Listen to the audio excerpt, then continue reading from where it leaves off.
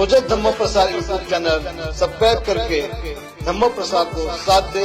सभी ने जय भीम। बनाया, अग्नि अखाड़ा बनाया, अटल अखाड़ा बनाया, निर्मोही अखाड़ा बनाया, निरंजनी अखाड़ा बनाया, इस तरह से इन्होंने नाग अखाड़ा बनाया। ऐसे आपके जो 10 इस देश के जो गणराज्य थे उसके पीछे इन्होंने 10 अखाड़े बनाए और अखाड़े भगवान बुद्ध के धम्म के नाम पर, निरंजना नदी निरंजनी अखाड़ा, आनंद आनंदी अखाड़ा, नाग अखाड़ा, अटल अखाड़ा, अग्नि अखाड़ा, इस तरह से इन्होंने पूरी प्लानिंग के साथ में पूरा कट करके एक बढ़िया सा प्लानिंग करके आपके इस साम्राज्य को खत्म किया।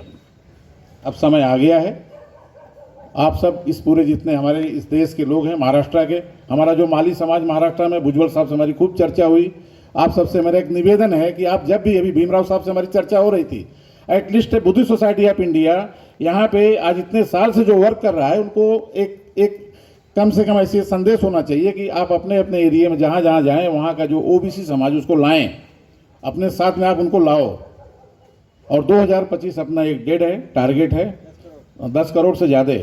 10 करोड़ तो हमारा ये मौर्य, हमारा पूरा उत्तर प्रदेश बिहार, हमारा समाज है, साक्य मौर्य को हमारा जो कम्युनिटी 10 करोड़ से ज़्यादा है।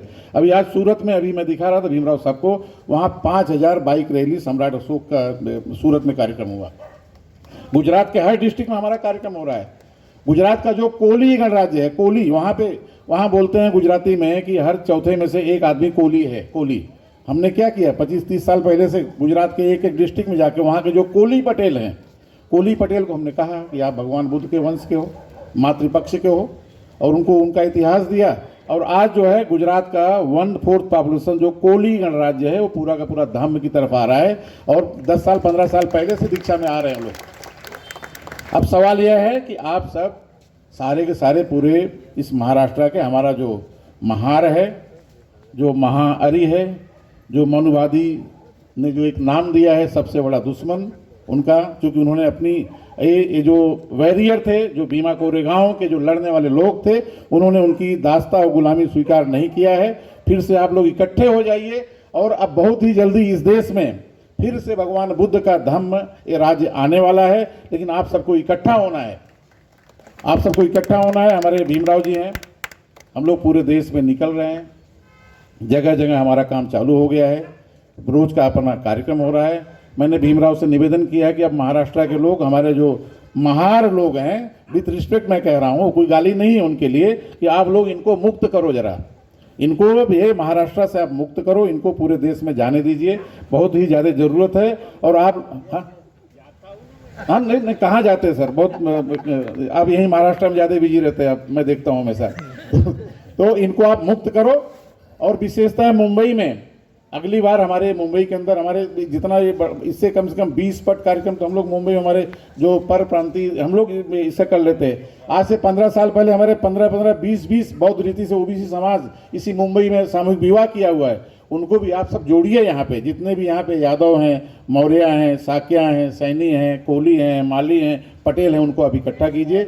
और मैं ज़्यादा न बोल के आज इस पावन पर्व पर सम्राट अशोक की जयंती, जो एक ऐसा राजा जिनके एक हाथ में युद्ध था, दूसरे हाथ में बुद्ध था, तो आज ऐसे जो आज हमारी बहन कह रही थी, उस तरह ऊपर जो है कि ऊपर धम्मचक्र था, लेकिन शेर की तरह था, और उनके हाथ में तलवार भी थी। और हमारा भाई अभी कलिंग की बात कर रहा था, कलिंग में जो है बुद्धिस्ट राजा था, लेकिन वहाँ विद्रोह हुआ था।